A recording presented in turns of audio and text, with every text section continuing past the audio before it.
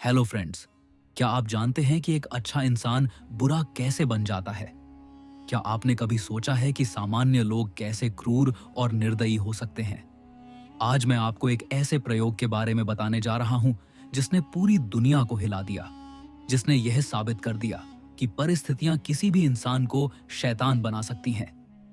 तो ज्ञान जंक्शन में आपका स्वागत है और आज हम बात करने वाले हैं फिलिप जिम्बार्डो की विश्व प्रसिद्ध किताब द लूसिफर इफेक्ट की, जो हमें बताती है कि अच्छे लोग बुरे काम कैसे और क्यों करते हैं।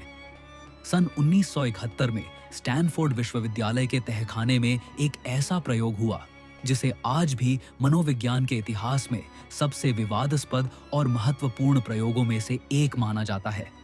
इस प्रयोग का नाम था स्टैनफोर्ड जेल प्रयोग और इसके निर्देशक थे प्रोफेसर फिलिप जिम्बार्डो। यह प्रयोग सिर्फ 2 हफ्ते चलना था, लेकिन इसे 6 दिन में ही बंद करना पड़ा। क्यों? क्योंकि जो कुछ उस तहखाने में हुआ वह इतना भयानक था कि उसे जारी रखना खतरनाक हो गया था।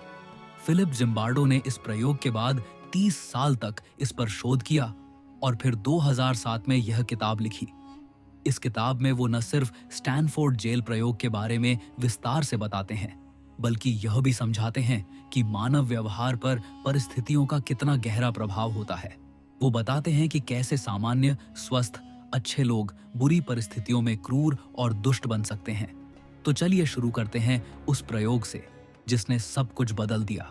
1971 की गर्मियों में जिम्बार्डो और उनकी टीम ने एक विज्ञापन दिया। वो 24 युवा पुरुषों को चुनना चाहते थे जो एक जेल का अनुकरण करने वाले प्रयोग में भाग लेंगे। पैसे मिलेंगे, दिन के $15। लगभग 70 लोगों ने आवेदन किया। जिम्बार्डो ने उन सभी का गहन मनोवैज्ञानिक परीक्षण किया। उन्होंने सुनिश्चित किया कि जो लोग चुने जाएं, वो पूरी तरह सामान्य हों, कोई मानसिक बीमारी न हो, कोई आपराधिक इतिहास न हो, कोई हिंसक प्रवृत्ति न हो।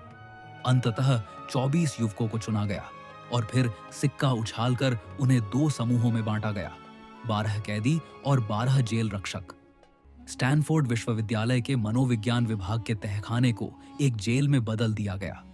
छोटी कोठरियां बनाई गईं, सलाखें लगाई गईं, सब कुछ असली जेल जैसा बनाया गया। और फिर एक रविवार की सुबह असली पुलिस आई और उन 12 युवकों को उनके घरों से गिरफ्तार किया जिन्हें कैदी बनाया जाना था। यह सब असली लग रहा था, हथकड़ियां, पुलिस गाड़ियां, सब कुछ। फिर उन्हें इस नकली जेल में लाया गया। कैदियों को नंबर दिए गए, उनके कपड़े उतारे गए, उन्हें तलाशी ली गई, उन्हें सफेद गाउन पहनाए गए और उनके पैरों में जंजीरें डाली गईं। उनके नाम नहीं, सिर्फ नंबर थे। 8612, 819, 5486। जेल रक्षकों को वर्दी दी गई, डंडे दिए गए, धूप का चश्मा दिया गया ताकि कैदी उनकी आंखों में न देख सकें। और फिर जिम्बार्डो ने उन्हें कुछ बुनियादी नियम बताए। हिंसा नहीं करनी है, लेकिन कैदियों को नियंत्रण में रखना है, व्यवस्था बनाए रखनी है। पहले दिन सब कुछ सामान्य लगा। कैदी और रक्षक दोनों समझ रहे थे कि यह सिर्फ एक प्रयोग है, एक खेल है। लेकिन दूसरे दिन से ही चीजें बदलने लगी। कैदियों ने विद्रोह करने की कोशिश की। उन्होंने अपनी कोठरियों की सलाखें हिलाईं, अपने नंबर वाले बैज फाड़ दिए, रक्षकों का मजाक उड़ाया। और फिर जो हुआ वो चौंकाने वाला था। जेल रक्षकों ने इस विद्रोह को बेहद कठोरता से दबाया। उन्होंने आग बुझाने वाले यंत्र से कैदियों पर ठंडा पानी डाला। उन्होंने कैदियों को घंटों तक पुशअप करवाए। उन्होंने कुछ कैदियों को एकांत कारावास में डाल दिया, एक छोटे से अंधेरे कमरे में।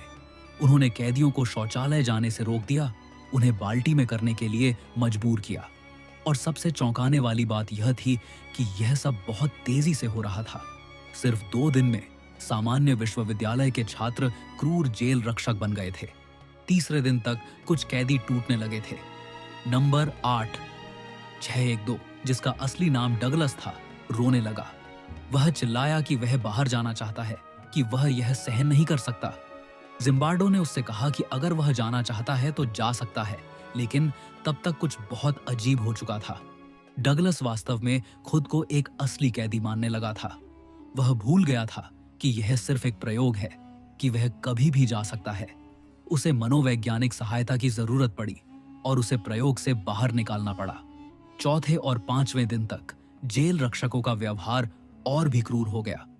उन्होंने कैदियों को अपमानित करना शुरू कर दिया, उन्हें नग्न होकर व्यायाम करने के लिए मजबूर किया, उन्हें एक दूसरे के सामने शर्मिंदा किया। कुछ रक्षक विशेष रूप से क्रूर हो गए थे। वे रात में जब दूसरे रक्षक नहीं देख रहे होते तब और भी बुरा व्यवहार करते। वे कैदियों को मनोवैज्ञानिक रूप से प्रताड़ित करते, उन्हें डराते, उनका मजाक उड़ाते। और कैदी वे पूरी तरह से टूट चुके थे। वे वास्तव में खुद को कैदी मानने लगे थे। वे रक्षकों से डरते थे, उनकी आज्ञा का पालन करते थे, विद्रोह करने का साहस नहीं करते थे। कुछ कैदी इतने तनाव में आ गए कि उन्हें शारीरिक और मानसिक समस्याएं होने लगी। उन्हें भी प्रयोग से बाहर निकालना पड़ा। छठे दिन जिम्बार्डो की प्रेमिका, जो खुद एक मनोवैज्ञानिक थी, क्रिस्टीना मास्लाच ने इस प्रयोग को देखा और वह सदमे में आ गईं। उन्होंने जिम्बार्डो से कहा, यह भयानक है, तुम यह क्या कर रहे हो? यह अनैतिक है। और वह सही थी। जिम्बार्डो को एहसास हुआ कि वे खुद भी इस प्रयोग में इतने डूब गए थे कि वे भूल गए थे कि यह सिर्फ एक प्रयोग है। उन्होंने खुद को जेल का अधीक्षक मान लिया था और वे भी इस भूमिका में खो गए थे। अगले दिन जिम्बार्डो ने प्रयोग को बंद कर दिया। यह 2 हफ्ते चलना था, लेकिन सिर्फ 6 दिन में ही इतना कुछ हो गया था कि इसे जारी रखना खतरनाक था। सभी प्रतिभागियों को बुलाया गया, उनसे बात की गई, उन्हें परामर्श दिया गया, लेकिन जो हुआ वह इतिहास बन चुका था। तो इस प्रयोग ने क्या सिखाया? जिम्बार्डो कहते हैं कि इसने सबसे महत्वपूर्ण सबक यह दिया, हम सभी में अच्छाई और बुराई दोनों की क्षमता है। हम कौन बनेंगे यह हमारी परिस्थितियों पर निर्भर करता है। जो युवक जेल रक्षक बने वे बुरे लोग नहीं थे, उनका कोई हिंसक इतिहास नहीं था। लेकिन जब उन्हें शक्ति दी गई, जब उन्हें एक भूमिका दी गई, जब उन्हें एक प्रणाली में रखा गया, तो वे बदल गए, वे क्रूर बन गए। यह विचार बहुत डरावना है, क्योंकि इसका मतलब है कि हम में से कोई भी ऐसा बन सकता है। हम सभी सोचते हैं कि हम अच्छे लोग हैं, कि हम कभी किसी के साथ बुरा नहीं करेंगे, लेकिन जिम्बार्डो कहते हैं कि यह आत्मविश्वास खतरनाक है, क्योंकि जब परिस्थितियां बदलती हैं तो हम भी बदल सकते हैं। जिम्बार्डो अपनी किताब में कई अन्य उदाहरण भी देते हैं। वे दूसरे विश्व युद्ध के दौरान नाजी सैनिकों के बारे में बात करते हैं। वे लोग कैसे सामान्य जर्मन नागरिक से क्रूर हत्यारे बन गए। उन्होंने कैसे लाखों निर्दोष लोगों को मार डाला। क्या वे सब बुरे लोग थे? नहीं, वे एक प्रणाली का हिस्सा थे और उस प्रणाली ने उन्हें बदल दिया। जिम्बार्डो ने अबू गराइब जेल के मामले का भी गहराई से अध्ययन किया। यह 2004 में इराक में एक अमेरिकी सैन्य जेल थी, जहां अमेरिकी सैनिकों ने इराकी कैदियों के साथ बेहद क्रूर और अपमानजनक व्यवहार किया। तस्वीरें सामने आईं जिनमें सैनिक कैदियों को प्रताड़ित करते हुए मुस्कुरा रहे थे। दुनिया सदमे में आ गई, लेकिन जिम्बार्डो ने कहा कि यह स्टैनफोर्ड जेल प्रयोग की पुनरावृत्ति थी। सामान्य अमेरिकी युवा जो अपने देश में अच्छे नागरिक थे, एक ऐसी परिस्थिति में डाल दिए गए जहां नियम स्पष्ट नहीं थे, जहां निगरानी नहीं थी, जहां उन्हें शक्ति दी गई थी, और वे बदल गए। लेकिन जिम्बार्डो सिर्फ यह नहीं कहते कि परिस्थितियां सब कुछ हैं। वे कहते हैं कि हमें 3 चीजों को समझना होगा जो मानव व्यवहार को प्रभावित करती है। पहली है व्यक्तिगत स्तर, हमारा व्यक्तित्व, हमारे मूल्य, हमारा चरित्र। दूसरी है स्थितिगत स्तर, हमारी तात्कालिक परिस्थितियां, हमारे आसपास क्या हो रहा है, हमें क्या भूमिका दी गई है। और तीसरी है प्रणालीगत स्तर, बड़ी प्रणालियां, संस्थाएं, सामाजिक संरचनाएं जो हमारे व्यवहार को आकार देती हैं। अधिकांश समय जब कोई बुरा काम होता है, हम व्यक्ति को दोष देते हैं। हम कहते हैं कि वह एक बुरा इंसान है, कि उसमें कोई नैतिक कमी है। लेकिन जिम्बार्डो कहते हैं कि यह बहुत सरल दृष्टिकोण है। हमें स्थिति और प्रणाली को भी देखना होगा। क्या उस व्यक्ति को ऐसी परिस्थिति में रखा गया था जहां बुरा काम करना आसान था? क्या वह एक ऐसी प्रणाली का हिस्सा था जो बुराई को बढ़ावा देती थी? जिम्बार्डो कुछ महत्वपूर्ण मनोवैज्ञानिक सिद्धांतों के बारे में भी बात करते हैं। पहला है गुमनामी का प्रभाव। जब लोग गुमनाम होते हैं, जब उन्हें लगता है कि कोई उन्हें नहीं देख रहा, तो वे अधिक बुरा व्यवहार करते हैं। स्टैनफोर्ड प्रयोग में रक्षकों को धूप का चश्मा दिया गया था, जिससे उनकी पहचान छिप गई थी। इससे उन्हें एक प्रकार की गुमनामी मिली और वे अधिक क्रूर बन गए।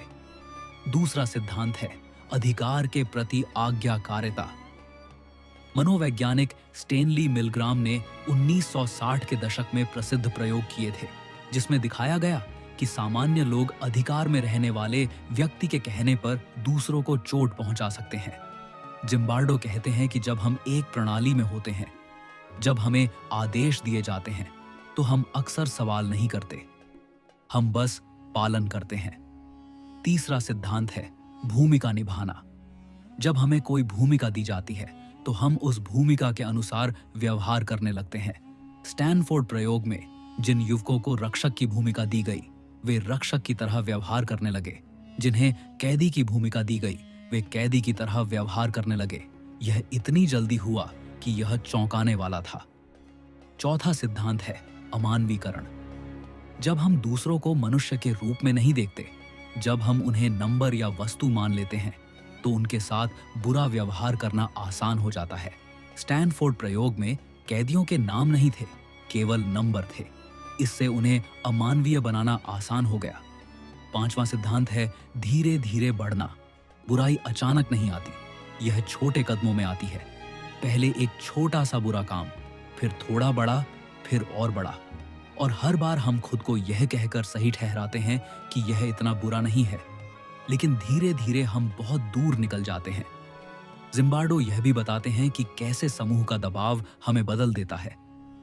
जब हम एक समूह में होते हैं और सब लोग एक निश्चित तरीके से व्यवहार कर रहे होते हैं, तो हम भी उसी तरह से व्यवहार करने लगते हैं। तो हम भी वैसे ही व्यवहार करने लगते हैं। हम अलग नहीं होना चाहते, हम बाहर नहीं रहना चाहते, तो हम साथ चलते हैं, भले ही हमें पता हो कि यह गलत है। जिम्बार्डो अपनी किताब में कई वास्तविक जीवन के उदाहरण देते हैं।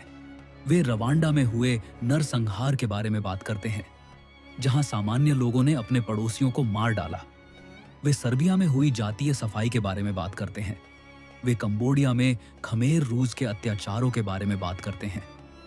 हर बार कहानी समान है, सामान्य लोग, बुरी परिस्थितियां, भयानक परिणाम। लेकिन जिम्बार्डो की किताब सिर्फ अंधेरे के बारे में नहीं है, वे रोशनी के बारे में भी बात करते हैं। वे कहते हैं कि अगर परिस्थितियां लोगों को बुरा बना सकती हैं, तो परिस्थितियां लोगों को अच्छा भी बना सकती हैं।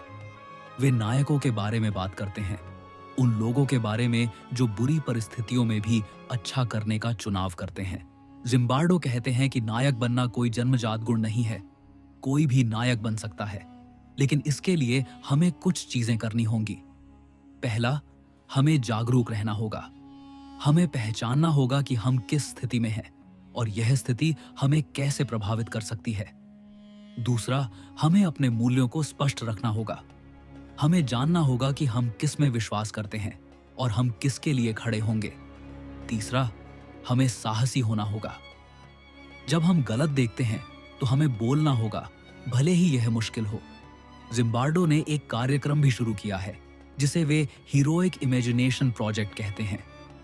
इस कार्यक्रम का उद्देश्य लोगों को, विशेष रूप से युवाओं को, यह सिखाना है कि वे रोजमर्रा के नायक कैसे बन सकते हैं। वे लोगों को सिखाते हैं कि कैसे अन्याय के खिलाफ खड़े हों, कैसे कमजोरों की मदद करें, कैसे साहसी बने। जिम्बार्डो यह भी बताते हैं कि प्रणालियों को कैसे बदला जाए। वे कहते हैं कि अगर हम चाहते हैं कि लोग अच्छा व्यवहार करें, तो हमें ऐसी प्रणालियां बनानी होंगी जो अच्छे व्यवहार को प्रोत्साहित करें। हमें पारदर्शिता चाहिए, जवाबदेही चाहिए, निगरानी चाहिए। हमें ऐसे नियम चाहिए जो स्पष्ट हों और जो बुरे व्यवहार को रोकें। स्टैनफोर्ड जेल प्रयोग ने यह भी दिखाया कि जब कोई निगरानी नहीं होती, जब कोई जवाबदेही नहीं होती, तो लोग बुरा व्यवहार करते हैं। इसलिए हमें ऐसी प्रणालियां बनानी होंगी जहां लोग जानते हों कि उन्हें अपने कार्यों के लिए जवाब देना होगा। जिम्बार्डो अपनी किताब में व्यक्तिगत जिम्मेदारी के बारे में भी बात करते हैं। वे कहते हैं कि हाँ, परिस्थितियां महत्वपूर्ण हैं, लेकिन हम रोबोट नहीं हैं। हम चुनाव कर सकते हैं। हर परिस्थिति में हमारे पास विकल्प होते हैं। हम बुराई के साथ जा सकते हैं या हम प्रतिरोध कर सकते हैं। हम भीड़ के साथ चल सकते हैं या हम अलग खड़े हो सकते हैं। लेकिन जिम्बार्डो यह भी मानते हैं कि यह आसान नहीं है। सही काम करना, विशेष रूप से जब हर कोई गलत कर रहा हो, बहुत मुश्किल है। इसमें साहस चाहिए, शक्ति चाहिए, दृढ़ता चाहिए। इसलिए हमें खुद को तैयार करना होगा। जिम्बार्डो स्टैनफोर्ड जेल प्रयोग में एक और महत्वपूर्ण बात बताते हैं, उनकी अपनी भूमिका। वे खुद भी इस प्रयोग में इतने डूब गए थे कि वे भूल गए थे कि वे एक वैज्ञानिक हैं। उन्होंने खुद को जेल का अधीक्षक मान लिया था। जब एक कैदी के माता पिता आए और उन्होंने कहा कि वे अपने बेटे को घर ले जाना चाहते हैं, तो जिम्बार्डो ने उनसे कहा कि नहीं, उन्हें एक वकील की जरूरत होगी। यह कितना अजीब है। यह सिर्फ एक प्रयोग था। वे युवक कभी भी जा सकते थे, लेकिन जिम्बार्डो भी इस काल्पनिक दुनिया में खो गए थे। यह बताता है कि कैसे शक्तिशाली परिस्थितियां हो सकती हैं। यहां तक कि एक प्रशिक्षित मनोवैज्ञानिक भी, जो जानता था कि क्या हो रहा है, वह भी प्रभावित हो गया। इसलिए जिम्बार्डो कहते हैं कि हमें विनम्र रहना होगा। हमें यह नहीं सोचना चाहिए कि हम इतने मजबूत हैं कि परिस्थितियां हमें प्रभावित नहीं कर सकती। हर कोई कमजोर है, हर कोई बदल सकता है। जिम्बार्डो अपनी किताब में समय परिप्रेक्ष्य के बारे में भी बात करते हैं। वे कहते हैं कि लोग अलग अलग समय परिप्रेक्ष्य में जीते हैं। कुछ लोग अतीत में जीते हैं, वे अपने पुराने अनुभवों से चिपके रहते हैं। कुछ लोग वर्तमान में जीते हैं, वे केवल अभी के बारे में सोचते हैं। और कुछ लोग भविष्य में जीते हैं, वे अपने लक्ष्यों और योजनाओं के बारे में सोचते हैं। जिम्बार्डो कहते हैं कि संतुलित समय परिप्रेक्ष्य महत्वपूर्ण है। अगर हम केवल वर्तमान में जीते हैं तो हम आवेगपूर्ण निर्णय ले सकते हैं, बिना भविष्य के परिणामों के बारे में सोचे। स्टैनफोर्ड प्रयोग में जेल रक्षक वर्तमान में जी रहे थे। वे केवल उस क्षण की शक्ति का आनंद ले रहे थे, बिना यह सोचे कि इसके दीर्घकालिक परिणाम क्या होंगे। उन्होंने नहीं सोचा कि वे क्या कर रहे हैं या यह उन्हें किस तरह का व्यक्ति बना रहा है। जिम्बार्डो बताते हैं कि कैसे सामाजिक मानदंड हमारे व्यवहार को नियंत्रित करते हैं। हर समूह, हर संस्था, हर संस्कृति के अपने मानदंड होते हैं। वे अलिखित नियम जो बताते हैं कि क्या स्वीकार्य है और क्या नहीं। जब हम एक नए समूह में प्रवेश करते हैं तो हम जल्दी से उन मानदंडों को सीख लेते हैं और उनके अनुसार व्यवहार करने लगते हैं। स्टैनफोर्ड प्रयोग में एक मानदंड विकसित हुआ कि रक्षकों को कठोर होना चाहिए, कि उन्हें कैदियों को नियंत्रण में रखना चाहिए। और एक बार जब यह मानदंड स्थापित हो गया तो सभी रक्षक उसका पालन करने लगे। जिम्बार्डो इस बात पर भी जोर देते हैं कि भाषा कैसे हमारी सोच को आकार देती है। जब हम किसी को एक लेबल दे देते हैं, कैदी, दुश्मन, आतंकवादी, तो हम उन्हें उसी तरह देखने लगते हैं। हम उनकी मानवता भूल जाते हैं। हम उन्हें व्यक्ति के रूप में नहीं, बल्कि एक श्रेणी के रूप में देखते हैं और फिर उनके साथ बुरा व्यवहार करना आसान हो जाता है। जिम्बार्डो ने अब्बू घराइब के एक सैनिक इवान चिप फ्रेडरिक के मामले का गहराई से अध्ययन किया। फ्रेडरिक उन तस्वीरों में था जहां वह कैदियों के साथ दुर्व्यवहार कर रहा था। उस पर मुकदमा चला और उसे जेल की सजा मिली, लेकिन जिम्बार्डो ने उसके बचाव में गवाही दी। उन्होंने कहा कि फ्रेडरिक एक बुरा इंसान नहीं था, वह एक अच्छा सैनिक था, एक अच्छा नागरिक था, लेकिन उसे एक ऐसी स्थिति में रखा गया जहां बुरा व्यवहार प्रोत्साहित किया जा रहा था। उसके ऊपर के अधिकारियों ने स्पष्ट दिशा निर्देश नहीं दिए थे, कोई उचित प्रशिक्षण नहीं था, कोई निगरानी नहीं थी। फ्रेडरिक अकेला दोषी नहीं था, पूरी प्रणाली दोषी थी। जिम्बार्डो यह नहीं कह रहे हैं कि लोगों को उनके कार्यों के लिए जवाबदेह नहीं ठहराया जाना चाहिए। वे यह कह रहे हैं कि हमें पूरी तस्वीर देखनी चाहिए। हमें केवल व्यक्ति को दोष नहीं देना चाहिए, बल्कि उस स्थिति और प्रणाली को भी देखना चाहिए जिसने उस व्यवहार को संभव बनाया। जिम्बार्डो कुछ व्यावहारिक सुझाव भी देते हैं कि हम कैसे बुरी परिस्थितियों में अच्छे रह सकते हैं। पहला, हमें अपनी पहचान को मजबूत रखना होगा। हमें याद रखना होगा कि हम कौन हैं, हमारे मूल्य क्या हैं। स्टैनफोर्ड प्रयोग में प्रतिभागियों ने अपनी असली पहचान खो दी। वे अपनी भूमिका बन गए। हमें यह नहीं होने देना चाहिए। दूसरा, हमें स्वतंत्र रूप से सोचना होगा। हमें भीड़ के साथ आंख बंद करके नहीं चलना चाहिए। हमें सवाल पूछने चाहिए, आलोचनात्मक रूप से सोचना चाहिए। तीसरा, हमें अपनी जिम्मेदारी स्वीकार करनी होगी। हम यह नहीं कह सकते कि मैं सिर्फ आदेश मान रहा था या हर कोई यही कर रहा था। हमें अपने कार्यों की जिम्मेदारी लेनी होगी। जिम्बार्डो यह भी बताते हैं कि कैसे छोटे समूह बदलाव ला सकते हैं। अगर एक या दो लोग भी खड़े होकर गलत के खिलाफ बोलें, तो यह दूसरों को भी साहस दे सकता है। स्टैनफोर्ड प्रयोग में अगर एक रक्षक ने कहा होता कि यह गलत है, मैं इसमें भाग नहीं लूंगा, तो शायद दूसरे भी रुक जाते। लेकिन ऐसा नहीं हुआ। सभी ने साथ दिया और स्थिति बिगड़ती गई। जिम्बार्डो नैतिक साहस के बारे में बात करते हैं। वे कहते हैं कि हमें अपने बच्चों को, अपने छात्रों को नैतिक साहस सिखाना होगा। हमें उन्हें यह सिखाना होगा कि गलत के खिलाफ खड़े होना क्यों महत्वपूर्ण है, भले ही यह मुश्किल हो, भले ही इसकी कीमत चुकानी पड़े। क्योंकि अगर हर कोई चुप रहता है, अगर हर कोई साथ चलता है, तो बुराई फलती फूलती है। जिम्बार्डो अपनी किताब में कुछ सकारात्मक उदाहरण भी देते हैं। वे उन लोगों के बारे में बात करते हैं जिन्होंने बुरी परिस्थितियों में भी अच्छा किया। उदाहरण के लिए, दूसरे विश्व युद्ध के दौरान कुछ यूरोपीय लोगों ने यहूदियों को छिपाया और बचाया, भले ही इसका मतलब था कि वे अपनी जान जोखिम में डाल रहे थे। ये लोग नायक थे। उन्होंने अपने मूल्यों के लिए खड़े होने का चुनाव किया।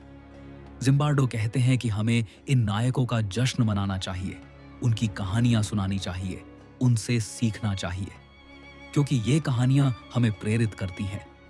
हमें बताती हैं कि अच्छा होना संभव है, भले ही परिस्थितियां कितनी भी बुरी हों। जिम्बार्डो अपनी किताब में यह भी बताते हैं कि कैसे संगठन और संस्थाएं अपनी संस्कृति को बदल सकती हैं। वे कहते हैं कि अगर आप एक संगठन चला रहे हैं, तो आपको एक ऐसी संस्कृति बनानी होगी जो नैतिक व्यवहार को बढ़ावा देती है। आपको पारदर्शिता चाहिए, खुली संचार चाहिए, जवाबदेही चाहिए। आपको ऐसा माहौल बनाना चाहिए जहां लोग गलत के बारे में बोल सकें, बिना दंडित होने के डर के। जिम्बार्डो स्टैनफोर्ड जेल प्रयोग से जो सबक सीखा, वह यह है कि शक्ति भ्रष्ट करती है। जब लोगों को बिना जवाबदेही के शक्ति दी जाती है, तो वे अक्सर उसका दुरुपयोग करते हैं। इसलिए हमें शक्ति की जांच और संतुलन की जरूरत है। हमें यह सुनिश्चित करना होगा कि जिनके पास शक्ति है, वे इसका जिम्मेदारी से उपयोग करें। जिम्बार्डो बताते हैं कि स्टैनफोर्ड जेल प्रयोग ने जेल सुधार पर भी प्रभाव डाला। इस प्रयोग ने दिखाया कि जेल का वातावरण कितना हानिकारक हो सकता है, न केवल कैदियों के लिए, बल्कि जेल रक्षकों के लिए भी। इसने सवाल उठाए कि क्या हमारी जेल प्रणाली वास्तव में लोगों को सुधार रही है या उन्हें और खराब बना रही है।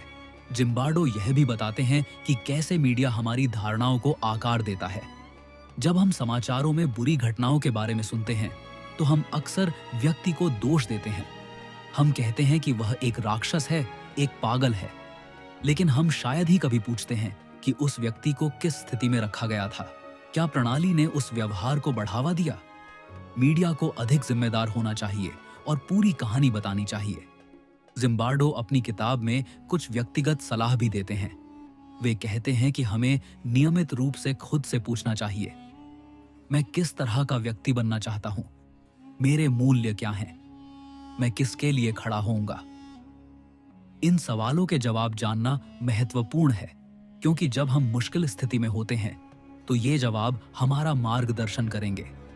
जिम्बार्डो यह भी सुझाव देते हैं कि हमें अपने आप को विभिन्न दृष्टिकोणों से अवगत कराना चाहिए। हमें विभिन्न प्रकार के लोगों से मिलना चाहिए, विभिन्न विचारों को सुनना चाहिए। यह हमें अधिक समझदार और सहानुभूतिपूर्ण बनाता है। जब हम केवल अपने जैसे लोगों के साथ रहते हैं, तो हम संकीर्ण सोच के शिकार हो सकते हैं। जिम्बार्डो कहते हैं कि शिक्षा बहुत महत्वपूर्ण है। हमें अपने स्कूलों और कॉलेजों में नैतिक शिक्षा देनी चाहिए। हमें छात्रों को सिखाना चाहिए कि कैसे नैतिक दुविधाओं को सुलझाया जाए, कैसे कठिन निर्णय लिए जाएं। हमें उन्हें आलोचनात्मक सोच सिखानी चाहिए, न कि केवल तथ्यों को याद करना। जिम्बार्डो अपनी किताब में धर्म और नैतिकता के बारे में भी बात करते हैं। वे कहते हैं कि धर्म अच्छा हो सकता है, यह लोगों को नैतिक मार्गदर्शन दे सकता है, उन्हें समुदाय की भावना दे सकता है, लेकिन धर्म का दुरुपयोग भी हो सकता है। इतिहास में कई बार धर्म के नाम पर भयानक अत्याचार किए गए हैं। इसलिए हमें सावधान रहना होगा। हमें अंधविश्वास से बचना होगा और हमेशा सवाल पूछना होगा।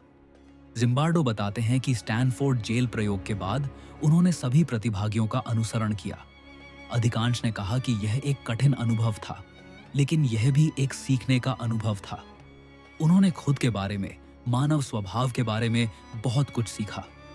कुछ ने कहा कि इस अनुभव ने उन्हें अधिक सचेत बना दिया, अधिक जागरूक बना दिया।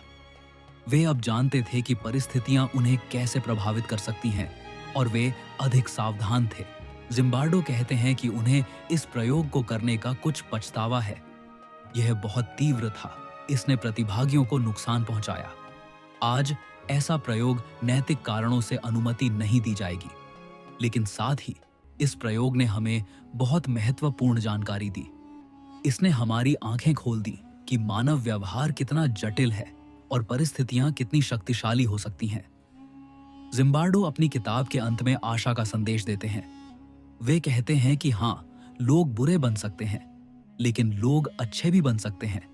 हाँ, परिस्थितियां हमें प्रभावित करती हैं, लेकिन हम परिस्थितियों को भी बदल सकते हैं। हमारे पास चुनाव है, हमारे पास एजेंसी है। हम अपनी नियति के मास्टर हैं। जिम्बार्डो कहते हैं कि हर व्यक्ति के अंदर एक नायक है। हमें बस उसे जगाना है, उसे प्रोत्साहित करना है। हमें ऐसा समाज बनाना है जो नायकों को पैदा करे, न कि खलनायकों को। हमें ऐसी प्रणालियां बनानी हैं जो अच्छे व्यवहार को पुरस्कृत करें और बुरे व्यवहार को हतोत्साहित करें। द लूसिफर इफेक्ट एक चेतावनी की किताब है। यह हमें बताती है कि हम सभी में बुराई की क्षमता है, लेकिन यह एक आशा की किताब भी है। यह हमें बताती है कि हम इस बुराई का विरोध कर सकते हैं, हम बदलाव ला सकते हैं। यह हमें बताती है कि जागरूकता ही रोकथाम है। जब हम जानते हैं कि परिस्थितियां हमें कैसे प्रभावित कर सकती हैं, तो हम अधिक सावधान हो सकते हैं, अधिक प्रतिरोधी हो सकते हैं। तो दोस्तों, यह था फिलिप जिम्बार्डो की किताब द लूसिफर इफेक्ट का पूरा सारांश।